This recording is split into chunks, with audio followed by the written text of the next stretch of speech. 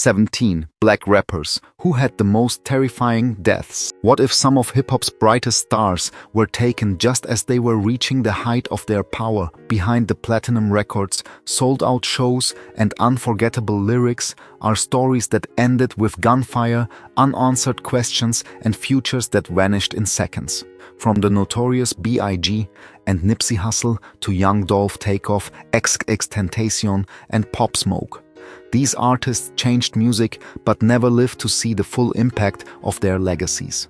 Some murders were solved, others remain mysteries decades later. Which loss do you believe changed hip-hop forever? Stay until the end, subscribe to Golden Black Legends, and tell us in the comments which artist you believe had the greatest future still ahead.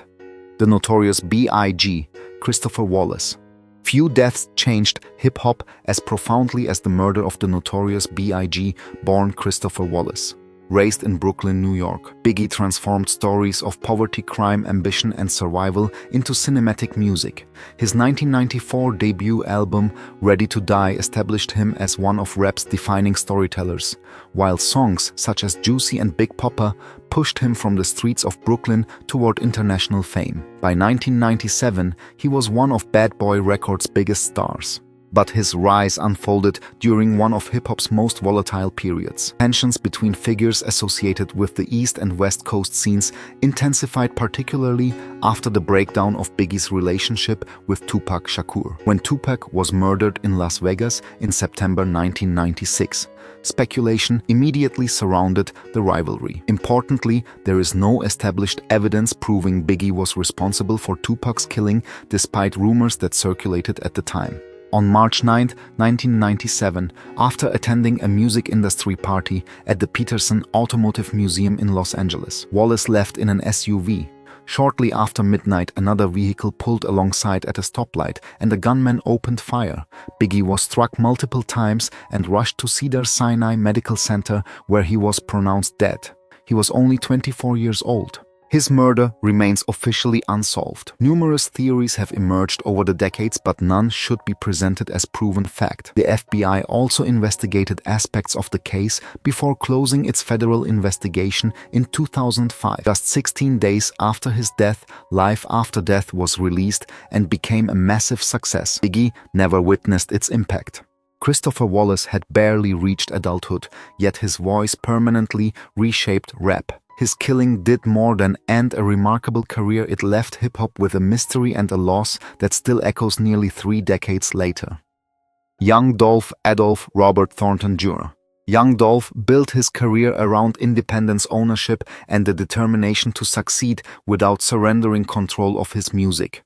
Born Adolph Robert Thornton Jr. in Chicago and raised in Memphis, Tennessee, he emerged from the southern rap scene through a long series of mixtapes before establishing Paper Route empire. His 2016 debut album, King of Memphis, strengthened his national profile, while later projects demonstrated that an independent artist could build a substantial audience outside the traditional major label system. Success, however, did not separate Dolph from violence. He survived previous shooting incidents, including a highly publicized 2017 attack in Hollywood, in which he was seriously wounded.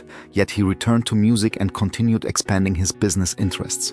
To his listeners, that resilience became inseparable from his image. On November 17, 2021, Dolph visited Makeda's Homemade Butter Cookies in Memphis, a local business he was known to support. Gunmen opened fire, killing him at the scene. He was only 36 years old. Authorities initially emphasized that the motive was still under investigation, so claims that his murder was definitively gang retaliation should not be presented as established fact. The killing devastated Memphis and ended the life of an artist who had spent years turning regional credibility into national success.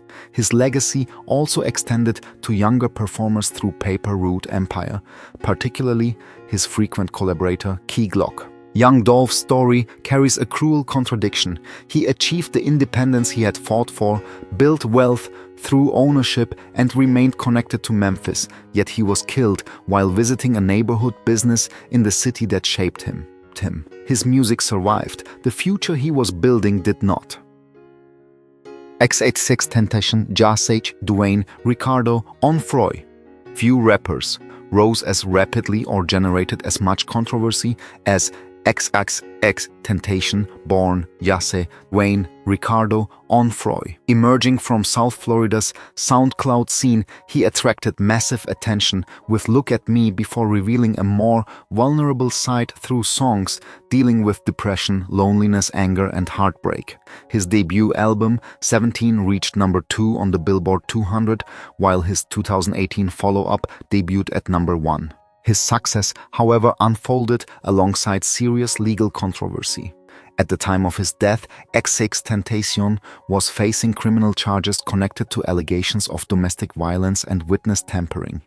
He had pleaded not guilty, and because he died before trial, those charges were never adjudicated.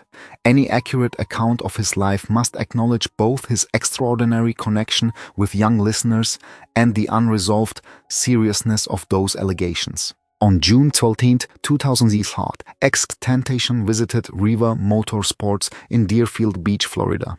As he attempted to leave in his BMW, armed robbers blocked his vehicle. They stole a Louis Vuitton bag containing about $50,000 and shot him during the robbery. He was transported to a hospital but died at only 20 years old. Unlike several notorious hip-hop killings, his murder was ultimately solved. 3 men were convicted of first-degree murder and armed robbery in 2023, while a 4th defendant had previously pleaded guilty and cooperated with prosecutors. XXXTentacion's legacy remains complicated. His music gave millions of listeners a language for emotional pain, while his personal history generated debates that continue after his death. What cannot be debated is how abruptly his future disappeared. At 20, he had already reached the top of the American album chart. The direction his life might have taken afterward remains forever unanswered. Nipsey Hussle, Ermias Joseph Asghedom. For Nipsey Hussle, success was never supposed to mean simply becoming wealthy and leaving his neighborhood behind. Born Ermias Joseph Asghedom in Los Angeles in 1985, Nipsey built his reputation through independent releases, including the Bullets Ain't Got No Name and Marathon mixtape series. Instead of surrendering control for quick fame, he emphasized ownership, patience, and long-term investment. His entrepreneurial philosophy became famous in 2013 when he offered physical copies of his Crenshaw mixtape for $100 each. Years of independent work eventually culminated in Victory Lap in 2018, an acclaimed studio album that earned a Grammy nomination. Yet music represented only part of his ambition. Through the Marathon, clothing property investments, employment efforts, and community initiatives, Nipsey attempted to create opportunities in South Los Angeles. On March 31, 2019, that mission was interrupted forever. Nipsey was standing outside the Marathon clothing store on Slauson Avenue when Eric Holder Jr., a man he knew, approached. After an earlier interaction, Holder returned with a firearm and opened fire. Nipsey suffered fatal gunshot wounds and was pronounced dead at the hospital. He was only 33 years old. The case eventually produced a clear legal outcome. Holder was convicted of first-degree murder in 2022 and sentenced in 2023 to 60 years to life in prison. The location of Nipsey's death made the tragedy particularly powerful. He was killed outside a business representing the ownership philosophy he had spent years promoting. Nipsey Hussle had successfully escaped poverty without abandoning his community. His life ended before his larger plans could fully develop, but his message survived: build something, own something, and create opportunities that remain after you are gone. Takeoff Kersnick Ball. Among the 3 members of Migos, Takeoff was often the quietest personality. But once the music started, his technical ability was impossible to overlook. Born Kersnick Ball in Lawrenceville, Georgia, in 1994 he began making music alongside his uncle Quavo and cousin Offset. Together they transformed Migos from a regional Atlanta act into one of the defining rap groups of their generation. Their breakthrough single Versace arrived in 2013, but the group reached another level with Culture in 2017. The album debuted at #1 on the Billboard 200, while Bad and Bougie became Migos' first #1 single on the Billboard Hot 100. Takeoff's rapid flows and precise rhythmic control earned particular respect among hip-hop listeners. His life ended with horrifying suddenness. During the early morning of November 1, 2022, Takeoff attended a private gathering at 810 Billiards and Bowling in Houston, Texas, with Quavo and others. An argument developed outside the venue, followed by gunfire. Takeoff was struck and pronounced dead at the scene. He was only 28 years old. Authorities emphasized an especially heartbreaking fact. Investigators said Takeoff was not involved in the argument that preceded the shooting. His death, therefore, should not be framed as though he initiated the confrontation. The loss devastated his family, collaborators, and millions of Migos fans. Only weeks earlier, Takeoff and Quavo had released their collaborative album, Only Built for Infinity Links. His death froze a remarkable career in mid-motion. Takeoff had spent years standing slightly outside the celebrity spotlight while quietly earning recognition as an exceptional rapper. He did not need to be the loudest member of Migos to leave one of its strongest musical legacies. Big L. Lamont Coleman. Big L, born Lamont Coleman, never reached the commercial heights his talent suggested were coming. Raised in Harlem, New York, he developed a reputation through battle rap and freestyle performances, combining dark humor, complex rhyme schemes, vivid street narratives, and devastating punchlines. As a member of Children of the Corn, he worked alongside future stars including Cameron and Mace. His 1995 debut album, Lifestyles Everyday Poor and Dangerous, introduced his abilities to a wider audience through tracks including Put It On and MVP. Although the album was not an enormous commercial breakthrough, Big L's reputation among serious hip-hop listeners continued growing. By the late 1990s, his career appeared ready for another level. He founded Flamboyant Entertainment, continued recording, and reportedly attracted interest from larger industry players. But the future everyone imagined disappeared in a matter of seconds. On February 15, 1999, Big L was shot multiple times near 139th Street in Harlem, the neighborhood closely associated with his life and music. He died at only 24 years old. The circumstances surrounding his murder generated numerous theories, including possible connections to disputes involving people around him. However, the case remains unresolved, and those theories should not be stated as proven explanations for his death. His posthumous album, The Big Picture, released in 2000, reached number 13 on the Billboard 200, exposing an even larger audience to what had been lost. That is the tragedy surrounding Big L. His reputation continued rising after he was no longer alive to experience it. He became a rapper whom later generations studied for technique, punchlines, and wordplay. At just 24, Lamont Coleman had already influenced hip-hop, but barely had the opportunity to discover how far that influence might carry him. Pop Smoke Bashar Baraka Jackson. With a voice that sounded far older than his years, Pop Smoke-born Bashar Baraka Jackson became the face of Brooklyn drill with astonishing speed. Raised in Canarsie, Brooklyn, he combined New York street energy with production influenced by the UK drill scene. His 2019 breakout, Welcome to the Party, and subsequent hit Dior transformed him from a local newcomer into one of American rap's most exciting young prospects. His Meet the Woo mixtapes accelerated that momentum. By early 2020, collaborations with established artists and growing international attention suggested that Pop Smoke was moving beyond drill toward mainstream superstardom. He was only 20 years old. On February 19, 2020, that trajectory ended violently. Pop Smoke was staying at a rented Hollywood Hills residence in Los Angeles when intruders entered the property during the early morning hours. Prosecutors later described the incident as a home invasion robbery targeting jewelry. Pop Smoke was shot and transported to Cedars-Sinai Medical Center, where he died. The transcript claims that an Instagram post directly revealed his location and caused the robbery. That connection should be presented carefully rather than as proven fact. Images posted on social media contained information potentially identifying the property, but saying one post directly caused his murder goes beyond what can safely be established. Several defendants were subsequently prosecuted in connection with the killing, providing considerably more legal clarity than existed immediately afterward. Months after Pop Smoke's death, his debut studio album Shoot for the Stars, Aim for the Moon was released. It debuted at #1 on the Billboard 200, confirming the enormous audience he had been building. Pop Smoke never saw that achievement. At 20, his career had barely begun, and the album that proved how large he could become arrived only after he was gone. Soulja Slim James Adderall Tapp Jr. Before his life was cut short, Soulja Slim born James Adderall Tapp Jr. had become one of the unmistakable voices of New Orleans street rap. Raised in the city's Magnolia projects, he first performed as Magnolia Slim before joining Master P's No Limit Records. His uncompromising delivery and first-hand descriptions of street life gave his music an authenticity that resonated deeply throughout Louisiana and the wider South. His career included albums such as Give It To, Raw, and The Streets Made Me.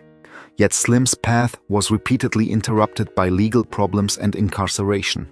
After leaving No Limit, he continued recording independently and collaborated with fellow New Orleans rapper Juvenile on Slow Motion. Tragically, Slim would never live to see how successful that record became. On November 26, 2003, Soulja Slim was outside his mother and stepfather's home in the New Orleans area when a gunman approached and shot him multiple times. He died at the scene at only 26 years old. A suspect was later arrested, but prosecutors ultimately did not pursue charges because investigators lacked sufficient evidence to move forward. Months later, Slow Motion reached #1 on the Billboard Hot 100 in 2004. It became Slim's first chart-topping single, and he was no longer alive to celebrate it. His murder remains officially unresolved, so theories about motives or responsibility should never be presented as established fact. Soulja Slim's story carries one of hip-hop's cruelest ironies. After years of setbacks, he finally reached the summit of the American singles chart only after his death. His influence remained especially powerful in New Orleans, where later generations continued treating him as a foundational voice of the city. King Von Davon Daquan Bennett. King Von, born Davon Daquan Bennett, built his reputation through vivid storytelling that often sounded less like conventional rap and more like scenes unfolding in real time. Raised in Chicago and closely associated with the city's drill movement, Von experienced serious legal trouble before music became his primary career. After being acquitted in a 2017 murder case, he increasingly focused on recording. His breakthrough came after signing with Lil Durk's Only the Family imprint. Songs such as Crazy Story introduced listeners to his unusually detailed narrative style, while projects including Grandson Vol. 1 and Levon James expanded his audience. In October 2020, Von released his debut studio album Welcome to O Block. His career appeared to be accelerating rapidly. Only days later, everything ended. During the early hours of November 6, 2020, an altercation developed between Von's group and another group outside the Monaco Hookah Lounge in Atlanta. The confrontation escalated into gunfire. Von was shot and transported to a hospital where he died. He was only 26 years old. Authorities charged Timothy Leaks with murder, but prosecutors later dropped the case in 2023. That legal outcome matters. It would therefore be misleading to describe anyone as having been convicted of murdering King Von. His death came just 1 week after Welcome to O Block was released. The album subsequently climbed into the Billboard 200's top 10. King Von's legacy remains complicated by his violent history and controversies, but musically his storytelling left a clear imprint on drill. At 26, he had only begun discovering how far that talent could take him when a confrontation outside a nightclub permanently ended the journey. Jam Master Jason Mizell. Long before hip-hop became a global commercial force, Jam Master J-born Jason Mizell helped push it into mainstream American culture. As the DJ for Run DMC, Jay provided the turntable foundation behind one of rap's most influential groups, joining Joseph Ron Simmons and Daryl DMC McDaniels in creating a harder, stripped-down sound that transformed the genre during the 1980s. Run DMC achieved milestones that once seemed unimaginable for a rap group. Their collaboration with Aerosmith on Walk This Way helped bring hip-hop to new audiences, while albums such as Raising Hell became landmarks. Their influence eventually earned Run DMC induction into the Rock and Roll Hall of Fame, but Jay never lived to witness it. On October 30, 2002, the 37-year-old was inside his recording studio in Queens, New York, when he was shot and killed. Another man was wounded. For nearly 2 decades, one of hip-hop's most famous murders remained without a criminal conviction. The case eventually changed dramatically. Federal prosecutors alleged that the killing was connected to a cocaine distribution dispute. In 2024, Carl Jordan Jr. and Ronald Washington were convicted of murder-related charges. However, the legal story did not end there. In December 2025, Jordan's conviction was overturned while Washington's remained in place. In 2026, Jay Bryant also pleaded guilty in connection with the killing. Those distinctions are essential for a no-fake news retelling. Jam Master Jay's death was especially haunting because Run DMC had helped transform rap from an emerging culture into an international phenomenon. Jay helped open doors that generations walked through after him. Yet at only 37, he was murdered inside the very environment where he had spent years creating music. FBG Duck Carlton Dequan Weekly. FBG Duck, born Carlton Dequan Weekly, emerged from Chicago's drill scene with a booming voice, imposing presence, and music rooted in the conflicts surrounding his environment. Raised on Chicago's South Side, Duck became closely associated with the Flyboy Gang, or FBG, and spent years developing an audience through independent releases and online platforms. His profile expanded significantly with Slide, which became his breakthrough record and accumulated millions of streams and views. Duck later signed a record deal and appeared increasingly capable of carrying his popularity beyond Chicago's intensely localized drill scene. But his career unfolded against a background of long-standing neighborhood conflicts that had already claimed people close to him. On the afternoon of August 4, 2020, Duck was shopping in Chicago's upscale Gold Coast neighborhood when several gunmen arrived and opened fire. Duck and 2 other people were struck. He was transported to Northwestern Memorial Hospital, where he died. He was only 26 years old. Unlike many rap murders that remain unresolved, federal investigators eventually built a major case around Duck's killing. Prosecutors argued that members and associates of a rival Chicago faction tracked Duck before carrying out the attack. In January 2024, a federal jury convicted 6 men of charges connected to the murder, including murder in aid of racketeering. The convictions provided a level of legal resolution rarely seen in high-profile hip-hop killings. Duck's death demonstrated how violently real the conflicts surrounding parts of Chicago drill had become. Yet, reducing his entire life to those conflicts would ignore the career he was building. At 26, FBG Duck had turned local recognition into national momentum. His murder stopped that progress just as opportunities beyond Chicago were beginning to expand. PnB Rock Rakim Hashim Allen. PnB Rock born Rakim Hashim Allen turned hardship into a melodic style that helped blur the boundaries between rap and R&B. Raised in Philadelphia, he experienced instability from an early age, including the murder of his father when he was a child and periods in juvenile detention. Music eventually became his route forward. His stage name honored Pastorius and Bainton, a street intersection in Philadelphia's Germantown neighborhood that carried deep personal meaning. His breakthrough arrived with Fleek and accelerated through Selfish, which became one of his signature songs and reached the Billboard Hot 100. In 2017, he was selected for XXL's freshman class, while collaborations with artists including Meek Mill, Young Thug 2, Chinx, and XXXTentacion expanded his audience. By his early 30s, PnB Rock had transformed difficult beginnings into a successful national career. On September 12, 2022, everything changed. While dining with his girlfriend at Roscoe's House of Chicken and Waffles in South Los Angeles, an armed robber approached PnB Rock and demanded his jewelry. During the confrontation, the rapper was shot. He was transported to a hospital but died from his injuries at only 30 years old. One detail deserves careful treatment. An Instagram post had shown the restaurant's location, but authorities did not establish that the post directly caused the robbery. Presenting that claim as proven would be misleading. The case later resulted in convictions connected to the killing. PnB Rock had survived poverty, incarceration, and Philadelphia's streets before music changed his circumstances. Tragically, success created another form of visibility. At 30, a career built from survival ended during an ordinary afternoon meal, a reminder that fame could provide opportunity without guaranteeing safety. Proof Deshaun Dupree Holton. Long before Eminem became one of the biggest rappers in the world. Proof-born Deshaun Dupree Holton was already an important figure in Detroit's underground hip-hop community.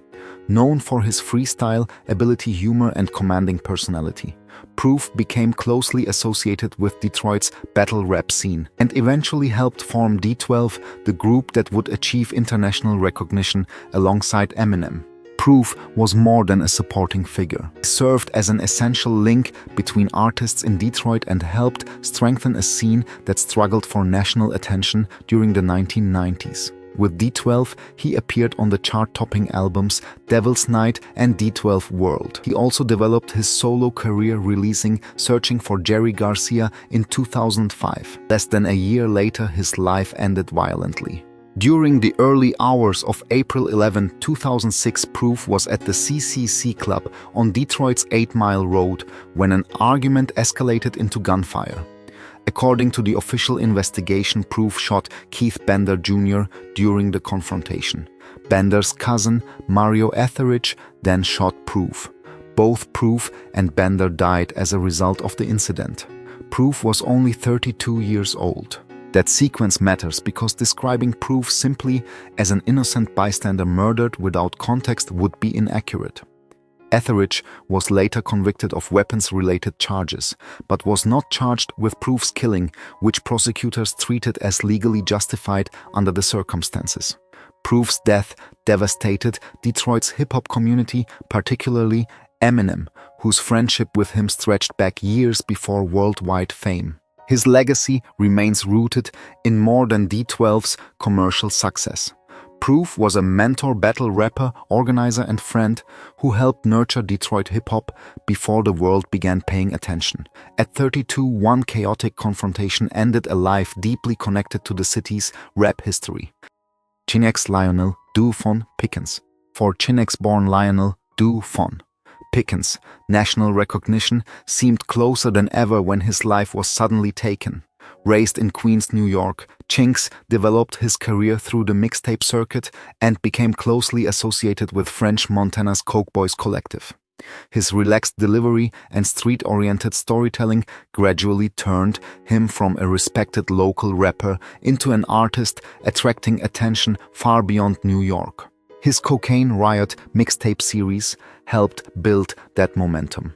Collaborations with French Montana and other established artists expanded his profile, while records such as I'm a Coke Boy and Feelings introduced his voice to increasingly larger audiences.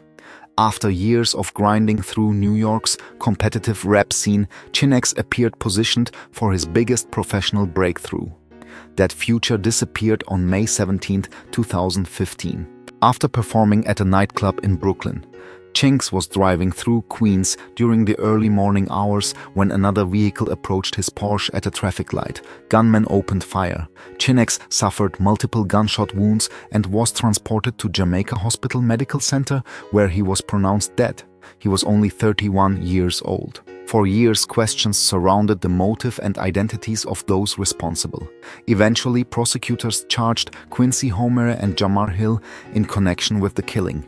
Both men later pleaded guilty to manslaughter, providing legal resolution to a case that had remained uncertain for years. Chinx's debut studio album, Welcome to JFK, was released posthumously in August 2015. Instead of celebrating its arrival, his family, collaborators, and fans were left imagining what should have followed. That unfinished potential defines the tragedy. Chinx spent years slowly climbing through the industry only to be murdered just as the wider audience he had worked toward was beginning to discover him. Bankroll Fresh Trentavious Zamon White Sr. Bankroll Fresh-born Trentavious Zamon White Sr. was becoming one of Atlanta's most promising street rappers when his career ended violently. Raised in Atlanta, he initially performed under the name Young Fresh before developing the identity that made him recognizable throughout the city's hip-hop scene. His raw delivery and first-hand storytelling attracted attention through mixtapes such as Life of a Hot Boy and Life of a Hot Boy 2 Real Trapper. Collaborations with artists including Gucci Mane and 2 Chainz further expanded his reputation. By 2015 and early 2016, Bankroll Fresh was gaining momentum beyond Atlanta. Tracks such as Hot Boy and Walked In became closely associated with his rise, while his relationship with street execs, the management and production company also associated with 2 Chainz, gave him an increasingly visible platform. At only 28, he appeared positioned for a much larger breakthrough. On March 4, 2016, that future disappeared. Bankroll Fresh was at the Street Execs recording studio in Atlanta when a confrontation occurred outside. Dozens of shots were fired and Fresh was struck. He was transported to a hospital where he died from his injuries at 28 years old. One important correction to the original transcript is necessary. He was not killed at Studio Movie Grill in Sandy Springs. The fatal shooting occurred outside the Street Exec studio in northwest Atlanta. The circumstances surrounding the shooting were complicated and claims about motive should not be presented as proven without supporting evidence. Bankroll Fresh died before his growing regional success could fully become national stardom. What remains is the painful image of an artist whose momentum was accelerating only for one violent night outside the studio where music was being created to bring everything to an abrupt end. Mac, Dre, Andre, Louis, Hicks. Before the Bay Area's hyphy movement exploded into wider recognition, Mac Dre born, Andre Louis Hicks had already become one of Northern California hip-hop's most influential independent figures. Raised in Vallejo, California, he began recording in the late 1980s and developed a fiercely loyal regional audience through projects such as Young Black Brother. His humorous delivery, distinctive slang, eccentric personality, and later connection to the hyphy movement gave him an identity unlike almost anyone else in West Coast rap. His journey was interrupted by serious legal trouble. In 1992, Hicks was sentenced to 5 years in federal prison after being convicted of conspiracy connected to a planned bank robbery. He maintained that he had not participated in the robbery itself. Remarkably, he continued creating music while incarcerated, recording vocals over the telephone for the 1996 album Exorcist. After his release, Mac Dre rebuilt his career and established Thiz Entertainment, strengthening his independence while releasing music at an extraordinary pace. Albums including Rapper Gone Bad and Ronald Reagan. Reaganomics helped make him a cultural icon throughout the Bay Area. Then on November 1, 2004, everything ended. After performing in Kansas City, Missouri, Mac Dre was traveling on US Route 71 when another vehicle pulled alongside his van and gunfire erupted. The vehicle crashed and Hicks was found fatally wounded. He was only 34 years old. His murder remains unsolved, so theories about who ordered or carried out the killing should not be presented as established fact. Mac Dre never lived to witness how deeply hyphy culture would enter mainstream consciousness. Yet his music vocabulary, dance culture, and independent approach continued spreading after his death. He was murdered far from Vallejo, but the movement he helped shape carried his name home. Stack Bundles Raekwon Elliott. Stack Bundles born Raekwon Elliott was one of those rappers whose reputation among fellow artists seemed to be growing faster than his mainstream recognition. Raised in the far Rockaway section of Queens, New York, Stack developed his name through mixtapes, freestyles, collaborations, and an energetic lyrical style that reflected both ambition and the environment around him. His career gained important momentum through connections with DJ Clue and the Desert Storm movement. Stack later became closely associated with Jim Jones's Bird Gang, working alongside artists including Max B and Mel Matrix. His appearances on mixtapes and collaborative records strengthened his reputation in New York at a time when mixtape culture could build enormous credibility before an artist ever released a major studio album. But Stack never received the opportunity to complete that transition. During the early morning of June 11, 2007, the 24-year-old rapper returned to his apartment complex in Far Rockaway, Queens. Shortly after entering the building area, he was shot multiple times. His jewelry was reportedly taken during the attack.